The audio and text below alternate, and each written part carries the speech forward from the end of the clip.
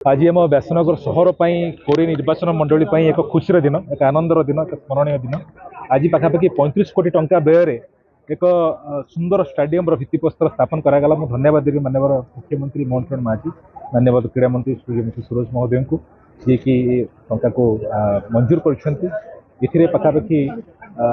FIFA standard football ground एवं synthetic track जो थे कि एथलीट्स मैंने दौड़ी पारे, basketball ground, volleyball ground, kho kho कबाड़ी खेलने व्यवस्था, लंग टेनिस व्यवस्था और ता सहित सतरण जो शिखुं से एक स्विमिंग पूल व्यवस्था होची। व्यासनगर सहर में 35 कोटी टंका व्यवहार कार्य आरंभ है। आगामी दिन में कोरी ब्लॉक में 17 कोटी टंका एक स्टाडियम आरंभ होची एवं एनसीए स्कूल रे जिलार प्रथम क्रिकेट स्टाडियम आरंभ होची पाखापाखि 11 कोटी टंका व्यवहार। और आशा और विश्वास जे निश्चित भाव में जाजपुर जिलार केवल जाजपुर जिला नुहे राज्यर क्रीड़ा विकास दिगरे ये स्टाडियम गुड़िक सहायक। धन्यवाद देवी माननीय मुख्यमंत्री को एवं एଠିକାର माननीय विधायक तथा योजना बोर्ड अध्यक्ष आकाश भाई को जहाँ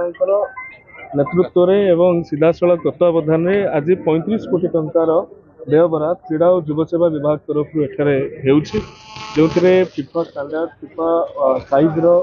फुटबॉल स्टाडियम ठार आरंभ कर वॉलीबॉल, बास्केटबॉल, खो खो ये अनेक क्रीड़ा व्यवस्था एठारे निर्माण होगा जाऊँगी। ता सहित गोटे दीर्घ दिन प्रतीक्षा ये गोटे अर्बान अंचल हो कारण बहुत छोट छोट पिला पहरा शिखापी आग्रही थे जो प्रोफेशनल स्विमर्स मैंने प्राक्ट बहुत दूर जावाक पड़ूला बर्तमान निज अंचल उपलब्ध हो 11 कोटी टंका व्यय गोटे स्विमिंग पूल कर कोरी अंचल कोरी ब्लॉक रे 16 कोटी 91 लाख टंका व्यय block athletic track, football field, cricket practice turf रही एनसी स्कूल भी जो जयंती होता से माननीय मुख्यमंत्री घोषणा करते से स्कूल ग्राउंड को गोटे क्रिकेट स्टाडियम भाव में